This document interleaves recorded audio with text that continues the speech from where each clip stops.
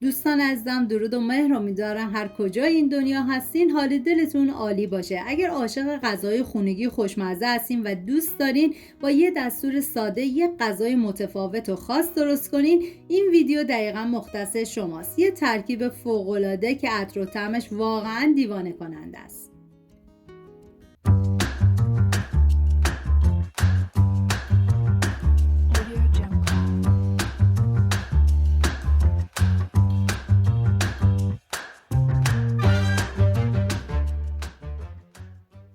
دو عدد بادمجون پوستش رو بگیرید و طبق ویدیو خورد کنید. بادمجونی که من استفاده کردم شیرین بود و نیاز به گرفتن تلخی نداشت، ولی اگه بادمجونی که استفاده میکنید نیاز به گرفتن تلخی داشت، به هر روشی که راحت هستید این کار رو انجام بدید. این غذا برای 5 نفر در نظر گرفته شده. شما به اساس تعداد نفرات مواد رو کم یا زیاد کنید. داخل تابه مقداری روغن کنجد ریختم. بعد از داغ شدن بادمجون خرد شده رو میریزم داخل تابه، هم میزنم، زمان میدم تا بادمجون سرخ بشه. بعد از سرخ شدن از روغن خارج میکنم.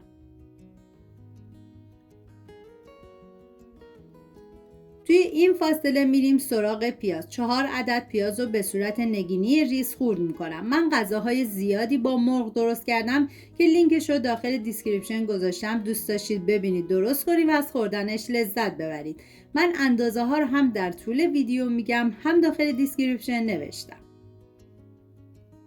داخل تابه مقداری کره میریزم. شما از هر نوع روغنی که دوست داشتید میتونید استفاده کنید.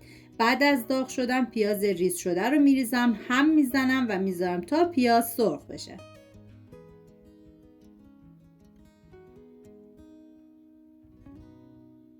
یک عدد سینه مرغ کامل که تقریبا 500 گرم بود طبق ویدیو خورد کنید. واقعا ترکیب طعم‌ها توی این غذا فوق‌العاده است. اون لطافت و آبدار بودنش در کنار عطر بی‌نظیرش باعث میشه هر لقمش یه تجربه لذت بخش باشه. مطمئنم اگر امتحانش کنید تبدیل میشه به یکی از غذاهای مورد علاقتون. بعد از اینکه مرغ رو خورد کردم به پیاز اضافه میکنم، هم میزنم و بعد سر تابه رو میذارم به مدت 15 دقیقه با حرارت کم مرغ آب بندازه و بعد از اون کمی سرخ بشه.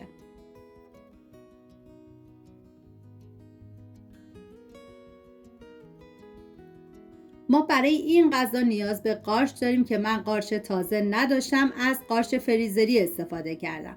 قارچ تازه اگه داشتین به صورت اسلایسی خورد کنین و به مرغ اضافه کنین.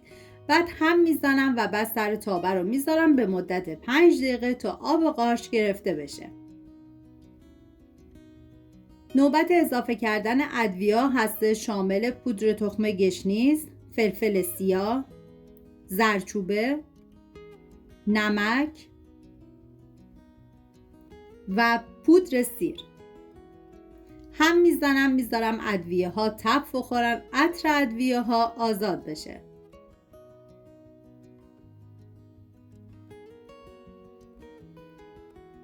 دو قاشق غذاخوری رب گوجه فرنگی رو میریزم و مقدار خیلی کم آب جوش میریزم.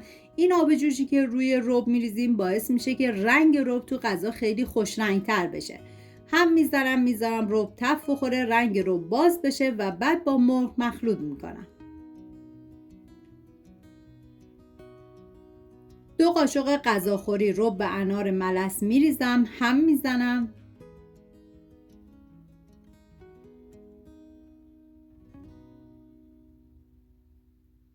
ما نیاز به گردو داریم که من از 100 گرم استفاده کردم و ریز ریز خورد میکنم.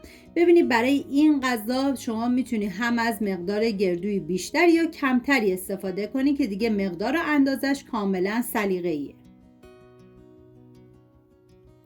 بعد از خورد کردن گردو رو به بقیه مواد اضافه میکنم، هم میزنم.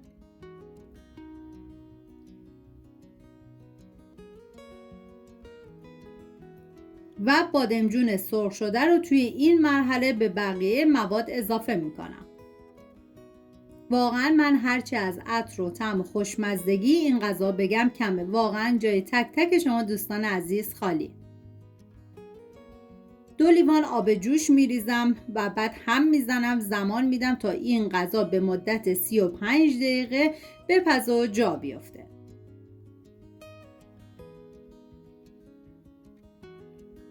و چند عدد گوجه گیلاسی رو به بقیه مواد اضافه میکنم که اندازه گوجه گیلاسی هم دست خودتونه که من از 17 عدد استفاده کردم و بعد از اضافه کردن دیگه سر تابه رو میذارم. اینم از خوراک مرغ و بادمجون. امیدوارم درست کنیم و طعم فوق‌العاده‌اش لذت ببرید. اگر از این ویدیو خوشتون اومده حتما لایک و کانال رو سابسکرایب کنید تا ویدیوی بعدی رو از دست ندین.